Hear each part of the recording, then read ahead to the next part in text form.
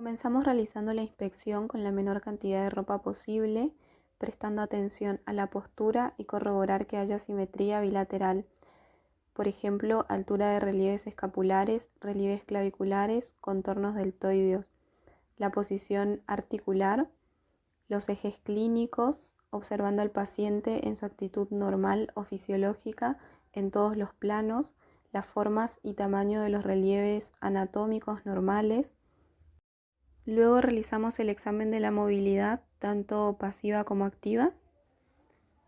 Comenzamos de manera pasiva realizando los movimientos que sirven para valorar los tejidos inertes, cápsula articular y ligamentos.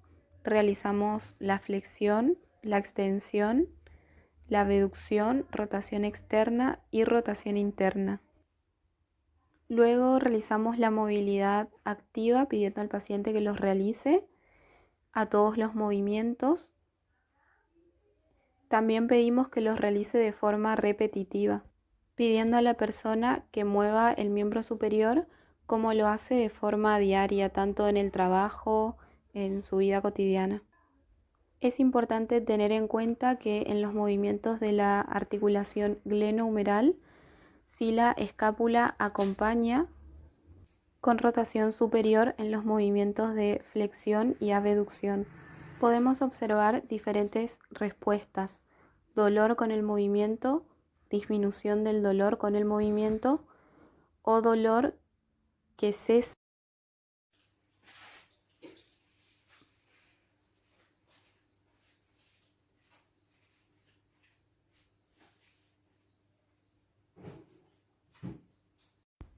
Realizamos la palpación, comenzamos con la palpación ósea. Desde la horquilla esternal palpamos la articulación esternocostoclavicular, palpamos toda la superficie de la clavícula hasta el acromion, palpamos ambos tubérculos, tanto el tubérculo mayor como el tubérculo menor.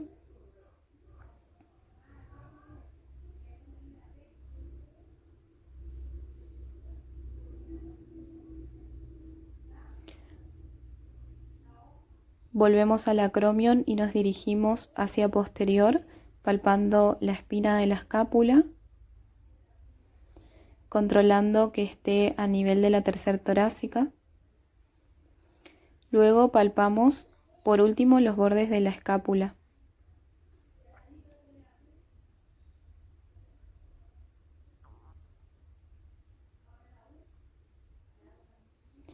Para realizar la palpación muscular, comenzamos localizando ambos tubérculos y palpando los músculos que se insertan allí, como el supraespinoso, infraespinoso y redondo menor. Palpamos los músculos superficiales, como el pectoral mayor, el deltoides hasta la B deltoidea.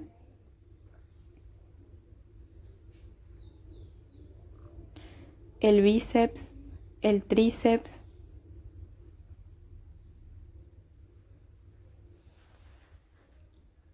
supraespinoso,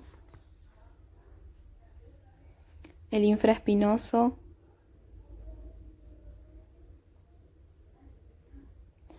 palpamos los trapecios como los escalenos.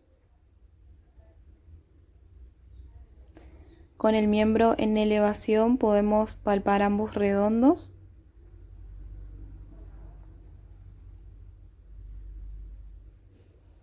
Y por último, el dorsal ancho y el serrato anterior. La prueba del arco doloroso consiste en pedirle al paciente que abduzca activamente el miembro superior. Esta prueba es positiva si el paciente presenta dolor al movimiento en el rango entre los 70 y 120 grados. Esta prueba intenta evaluar la fricción subacromial. Si tu marido no te quiere, dile no te conviene. Sí, Juan, sí, Juan. Te arrancaré el corazón con besos.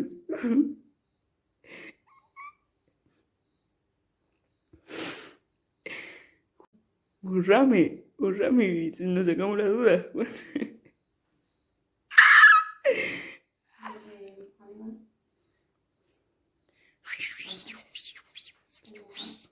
del dandy de Barcelona.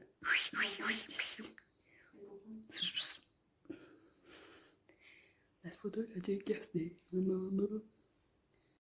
Borrame, si nos sacamos las dudas.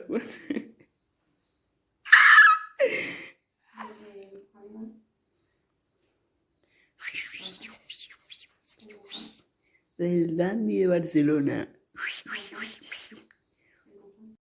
Esta prueba consiste en elevar el brazo del paciente a 90 grados, flexionar el codo a 90 grados e imprimir un movimiento de rotación interna forzada. Esta prueba es positiva cuando hay signo concordante del paciente en forma de dolor.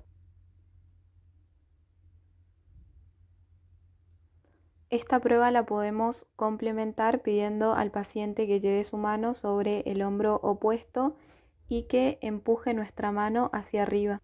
Esta prueba es positiva cuando también existe signo concordante en forma de dolor. Esta prueba consiste en elevar el miembro superior del paciente lo máximo posible y con la otra mano evitar que la escápula acompañe el movimiento. Esta prueba es positiva si se presenta signo concordante en forma de dolor.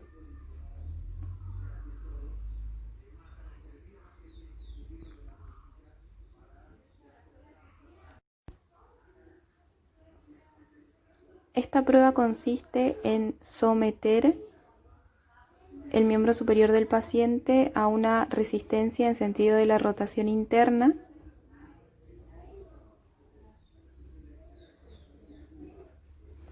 Esta prueba es positiva si el paciente cede a la resistencia, ya sea por dolor, debilidad o algún tipo de molestia.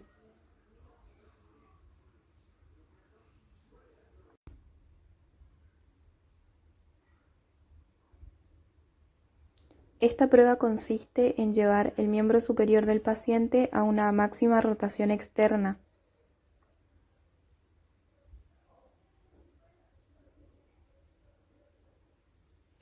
Esta prueba es positiva si el paciente presenta un retraso al mantener esta posición cuando nosotros soltamos la muñeca.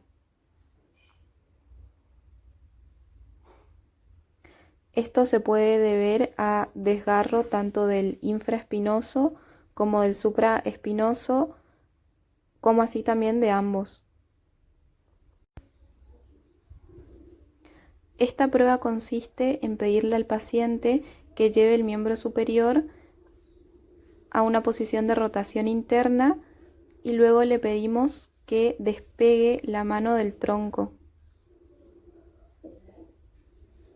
Esta prueba es positiva si el paciente no puede realizar el despegue y se debe al desgarro del subescapular.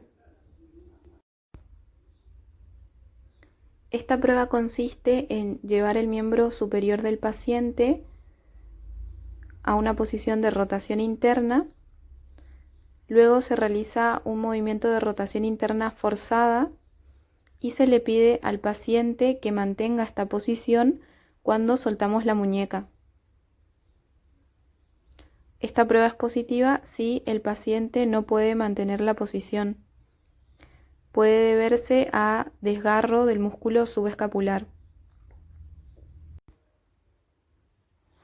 Esta prueba consiste en elevar el miembro superior del paciente de forma pasiva en abducción de 90 grados y pedirle que mantenga la posición o baje lentamente cuando soltamos la muñeca.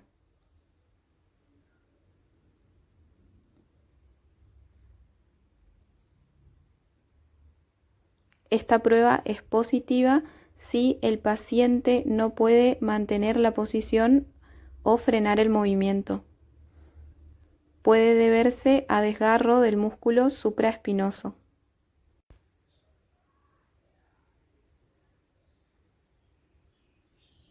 Esta prueba consiste en tomar el miembro superior del paciente, con una mano ejercer presión sobre el húmero proximal de anterior a posterior y con la otra mano llevar el miembro superior en abducción de 90 grados con flexión de codo de 90 grados a una posición de máxima rotación externa. En esta posición soltamos la presión sobre el húmero proximal y esta prueba es positiva si el paciente presenta molestias o dolor cuando soltamos la presión sobre el húmero proximal.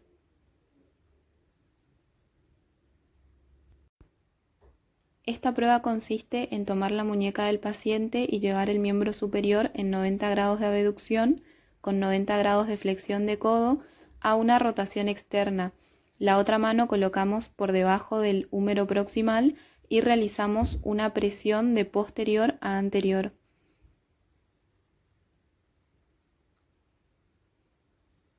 Esta prueba es positiva si el paciente presenta molestias en la zona de la presión.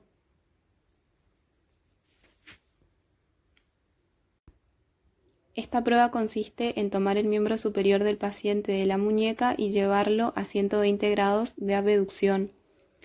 Con una mano realizamos presión de posterior a anterior por debajo del extremo proximal del húmero y con la otra realizamos un movimiento de rotación externa. Si presenta molestia, podemos cambiar la presión realizándola de anterior a posterior.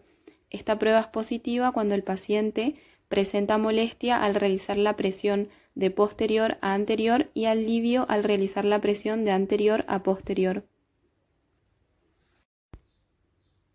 Esta prueba consiste en llevar el miembro superior del paciente a 120 grados de abducción con el codo en flexión de 90 grados y la muñeca en supinación. Luego se realiza un movimiento de rotación externa y se le pide al paciente que flexione el codo mientras el kinesiólogo resiste el movimiento.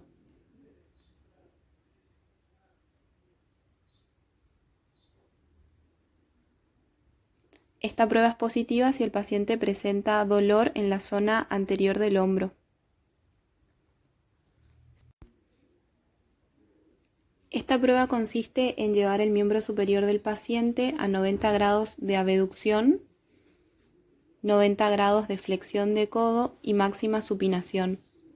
Se le pide al paciente que califique su dolor en esta posición. Luego se lleva el miembro a máxima pronación y se le pide que nuevamente califique su dolor. Esta prueba es positiva si el paciente presenta mayor dolor en pronación.